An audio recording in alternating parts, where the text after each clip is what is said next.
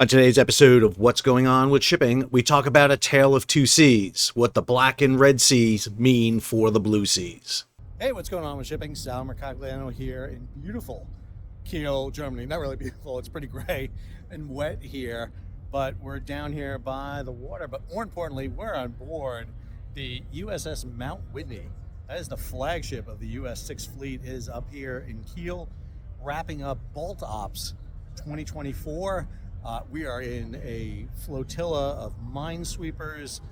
We've got a Dutch logistics ship behind us. We got a chance to meet the chief mate on board. This is one of those weird ships that has a split hybrid crew, both military Sea Lift Command, merchant mariners, and U.S. Navy. So I just had a discussion with the U.S. Navy ship captain and the chief mate on board, who's going to give me a tour around the ship, which I'm really looking forward to. So head up to the bridge, maybe sneak down to the engine room. Really looking forward to it. The crew on the Mount Whitney did a great job. The Military Sea Lift Command put on a great spread of food. And plus we're getting a little Bob Mandab refreshment here on board. So we're going to follow up here and talk a little bit about the talk I gave on board the Kiel International Sea Lift Symposium. So hang on, we're going to get into that next. So I delivered the first paper in the last session of the Kiel International Sea Power Symposium. I was asked to cover the bases that had not been covered up to that point in the conference. So I talked about the impact in commercial shipping. Now, this is a conference that had the 4-star U.S. Navy admiral in charge of U.S. naval forces in Europe and Africa. It had the 3-star Royal Navy commander of NATO Maritime Command. And then it had the deputy commander of the German Navy on the panel. So my panel was a lot of experts in different areas discussing. And my comparison was the role the Black Sea and the Red Sea are going to have on a potential conflict on the Blue Sea. It doesn't matter if it's the Pacific, the Atlantic, the Med, the North Sea, it doesn't matter. Basically, one of the things I think we need to look at is what impact are we seeing in terms of commercial attacks, and what does that mean going forward? So this is a story out in Maritime Executive about Russian attacks damaging the port infrastructure in Odessa. This is just out a couple of days ago. This is countering an attack by the Ukraine against port infrastructure and Russian naval vessels in the port of Novorossiysk. And what we're seeing right now, as of July of 2024, is that the Ukrainians and Russians are targeting each other's infrastructure and military targets. They really haven't expanded to hit commercial ships coming in and out of the area. Now, that isn't the way it had been throughout this conflict. Let's go over to marine traffic here, and this shows you the Gulf of Odessa on the morning of 24 February 2022 at 0800 UTC time. This is about the time that Russia attacks Ukraine. You can see the major ports here, the clusters of ships in the ports, and the large anchorages off each of the ports. The attack necessitates the sailing of vessels leaving these anchorages. You can see ships leaving the area very quickly to evacuate the Gulf of Odessa. And this serves as part of that initial objective of the Russians in attacking Ukraine. One of their key objectives was to sever Ukraine from its oceanic connections. In other words, to stop the export of grain and material out of Ukraine via the sea. And they're very effective. Just by attacking Ukraine, you can see these vessels all fleeing the area, evacuating. That's going to shut down trade into this region. As ships fled from the Gulf of Odessa, Russian forces in Crimea and in Russia proper tried to connect that land bridge of Crimea to the Russia on the mainland. But the real objective here was to seize this northern coast of the Sea of Azov, ports at Berdansk, Mariupol in particular, because of the flow of ships that come out from the interior of Russia. That is the Don River. It connects into the Volga, down into the Caspian, and if you zoom out here a little further, you can see how vessels go all the way into the interior of Russia, to the Moscow Canal, and actually out into the Baltic and the White Sea. So this region is really important, and so Russia has twofold objectives: cut Ukraine off from trade to the outside world and secure its exports of food, fuel, and fertilizer. Now, if you want a great overview of the naval campaign, I recommend going over to War Archive and check out his The Battle of the Black Sea. Very well done. Pretty balanced. You're always going to have some biases in every depiction, but it does provide a pretty good overview of the naval component of the fighting. Those were the initial objectives, but as we know, the initial objectives give way to interim objectives. The Russians will lose control of the Gulf of Odessa. The sinking of the cruiser Moskva, the loss of Snake Island, opens up the Black Sea for the introduction of what becomes known as the Black Sea Grain Initiative. This is a UN and Turkey initiative to try to get cargo flowing once again out of Ukraine. And for roughly about a year, we see about 32.9 million tons of grain moved out of Ukraine via this movement. Now, this movement required inspections of ships in Turkey to make sure that they weren't bringing imports into the country. The Russians didn't want weapons coming in via ships. And so this was a slow, gradual process of moving grain. But one of the reasons that the Russians agreed to this was they were pushed back out of the Gulf of Odessa. Now, they still had the means to sever that supply line of Ukraine. They could have used their Kiel-class submarines, they could have used their air power, and most importantly, they could have used mines. But they don't do that. And the reason they don't do that is because they want their cargo coming out of the Sea of Azov to keep flowing. And so they give way to the Black Sea Grain Initiative. Then you get into the next phase of the war, and this is those drone attacks that take place along the Crimean Peninsula and off the Kerch Straits. And now all of a sudden the Ukrainians are targeting Russian naval forces, pushing them back even further out of the Gulf of Odessa over to the eastern side of the Black Sea. And the Russians also are facing another issue, and that is the G7 price cap on both diesel and crude oil. That is countered by the emergence of what is referred to as the gray fleet, the dark fleet, the shadow fleet, whatever you want to call it. But the emergence of this parallel fleet of merchant ships. These are ships that are not being insured, flagged, and registered in traditional countries. And this is how Russia evades the G7 EU sanctions. And so you're seeing the development of that parallel fleet, which means that here you have ships coming out of Ukraine under the Black Sea Grain Initiative, and then you have ships coming out of the eastern side of the Black Sea under the price cap, under this new kind of shadow fleet that exists. And that brings us to the last phase, the phase we're currently in. So the Russians decide to halt the Black Sea Grain Initiative, and they hoped that would be enough to stop the flow of goods and trade into Ukraine. You see, they began to throttle that trade. It peaked back in September, and then it begins to kind of really start to shut down. And the counter to that is the Ukrainians decide to just start running their own corridor. They decide to run vessels close to the coast of Ukraine and along Bulgaria and Romania down to Turkey. And so they initiate their own trade. And actually, this trade proves to be more successful than the Black Sea Grain Initiative. And so now you have the Ukrainians actually flowing food and cargo out in larger numbers than they did prior to the start of the war, even though they've lost a couple of key ports, and you're still having these strikes against them.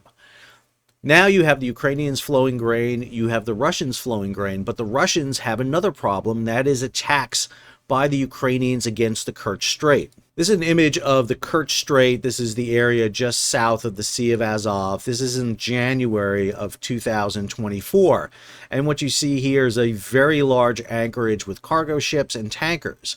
And what typically happened was the Russians would bring small coastal vessels out of the Sea of Azov, down the Rostov, out through this region. They would meet here and do these ship-to-ship transfers, and they would replenish the vessels in this area, and you would have these large kind of movement of vessels in this. But the Ukrainians staged a series of drone attacks in and around this anchorage. Now, they targeted naval vessels or commercial vessels that have naval missions.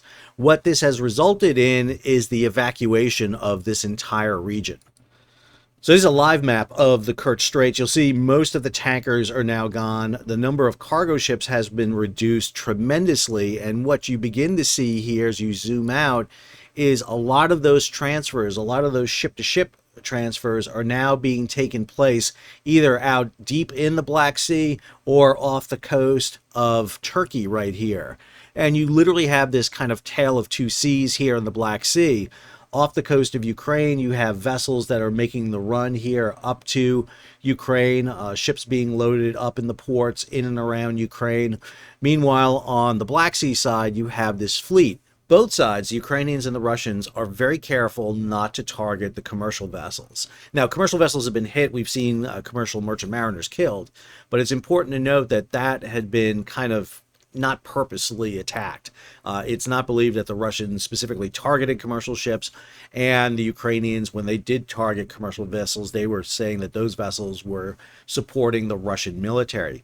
What both sides, Ukraine and Russia, don't want to do is start attacking each other's commercial vessels going to their ports. They don't want to return to the tanker war of the 1980s where commercial vessels become the target, because that would hurt both sides' economies, the Russians and the Ukrainians. And until one side gets desperate or the other, they won't do it. So instead, what they do is they target their infrastructure. That's the reason for the attack on the port of Odessa. That's the reason for the drone attack on Novorossiysk, trying to hit the key Russian naval vessels without hitting the commercial ships. And what we're seeing here is some very interesting lessons. Will, in a future conflict out on the Blue Sea, will commercial vessels be targeted, or are they going to be allowed to sail freely without any interdiction? And we saw the kind of ups and downs of that with Ukraine. Much different situation than what we see right now down in the Red Sea. This is the IMF Port Watch data for trade disruptions in the Red Sea. Now, Red Sea accounts for about 15% of the world trade, and since December of 2023, we have seen a reduced traffic flowing through the region. Less traffic coming through the Bab el-Mandab, enjoy that drink, going through the Suez, and a lot more traffic going around the Cape of Good Hope. And if we come down here and look at transit calls, this is the Suez Canal. And here you see that key date right around 18 December is when all of a sudden everything changes. That dotted line shows you the average for last year, the number of ships coming through, roughly between 70 and 80 vessels. But down here, the yellow line shows you what that moving average is right now. And we're roughly between 20 and 30 vessels going through the Suez. So a substantial decrease. If you look at the volume of trade, you see the volume follows the same track line. Roughly about 4 to 5 million tons going through, sometimes up to as high as 6 million tons going through. But right now what we're seeing is roughly about 4.5 million tons going through last year, but this year only about 1.5 million coming through. So a substantial decrease. Same here, come down to the Bab el-Mandab, enjoy that drink, and you'll see the same reduction here. Latest numbers have it, as of last year, roughly about 79 vessels going through, down to 24 vessels going through. And if you look at the Cape of Good Hope, you can see the uptick today in where ships are, about 75 vessels going around the Cape of Good Hope versus 50 just last year. This is from the Washington Institute site, tracking ship attacks from 2019 to 2024. You can see the range of the attacks by the Houthi, largely along the west coast of Yemen, but stretching out into the Gulf of Aden. And one of the things that we keep talking about here are the Houthi extending their range of attacks further out, potentially out into the Arabian Sea, the Indian Ocean, or even up into the Mediterranean. A lot of these attacks were done by Iran early a few years ago, but the question becomes, does Hezbollah, sitting up here north of Israel and Lebanon, join in and start attacking ships? But the focus here has been attacks on commercial vessels. And while the United States and the United Kingdom under Operation Prosperity Guardian, the European Union under Operation Aspides, and several other nations have initiated defensive operations, they have not been able to curtail the attacks. Unable to stop the attacks means we've seen an increase, a spike in freight rates through the area. Again, we saw that kind of initial climb and then dip, and now it's going back up again. We're actually talking about rates higher than pre-COVID levels going up. We're seeing some navies adopting some very unique forms of escort. The French Navy, the Marine Nationale, is providing a weekly escort for ships of CMA, CGM, but we're actually seeing the number of Chinese ships going through the area decrease, actually down about 50% going through the region. So the Houthi are targeting commercial ships that lack the means to defend themselves. They rely on naval vessels to do that, but many of these ships are registered in countries that have no navies. So they're absolutely reliant on the good graces of nations to defend them. But right now we're seeing a gap in coverage in that region. The head of Operation Aspides for the European Union says he needs about double the number of ships he has out there. He has about 4 out there. He wants to double that. There's a gap right now because the Eisenhower battle group has withdrawn from the region and the Theodore Roosevelt has not arrived yet. And we're seeing the escalation with attacks by unmanned surface vessels in that region. So it is a definite change here. This is the Houthi attacking commercial vessels, and it has a massive impact not just on global economy but in the region. Saudi Arabia, for example, is now finding its 2 exits out into the Indian Ocean, one in the Strait of Hormuz, the other down in the Bab el-Mandab. Joy. Is now controlled by either Iran or Iran-backed forces. Egypt is suffering from a lack of Suez Canal transits, but is in a very difficult position to do anything against the Houthi since it has Gaza and Hamas on its border. This is creating massive disruptions across the global supply chain. And this is showing, too, how you can exert a little bit of force and apply pressure against global shipping. A nation like China, for example, could just as easily just order their ships of the Chinese Overseas Shipping Company to slow down, arrive in port 2 days later. That would cause chaos across the global supply chain. There are very easy things to do, and a nation like China is also worried about this being done against them. If Singapore, if the Philippines decides to slow up vessels transiting through the South China Sea, through the Malacca Straits, through the Singapore Straits, this could have an impact across the entire global supply chain.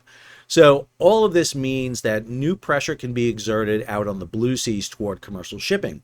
Are we going to adopt a Black Sea method, kind of ignore commercial shipping, allow it to free flow, and do a complete limited war where we focus on naval forces on the ocean? Or do we adopt an unlimited style of warfare and target commercial shipping and therefore make it susceptible to attack and impacting not just Israel? Remember, what we're seeing happen in Israel right now is, the port of Eilat on the southern side of Israel on the Gulf of Aqaba is suffering tremendously from lack of business going in, but that trade is going up into the ports on the Mediterranean side. And all you're doing is raising some costs to move goods around for Israel. This is impacting many nations. Talked about Saudi Arabia, talked about Egypt. I did a video on the Philippines and the fact that its mariners are going to be prohibited from sailing through this area. It's having unintended consequences out there. And does this mean that the navies of the world should defend just their flagged vessels, or do they protect the trade? That is a big question that needs to be done. We're going to go back to on board the Mount Whitney here for our last little bit. So a great night on board USS Mount Whitney, except for those Texas Maritime cadets.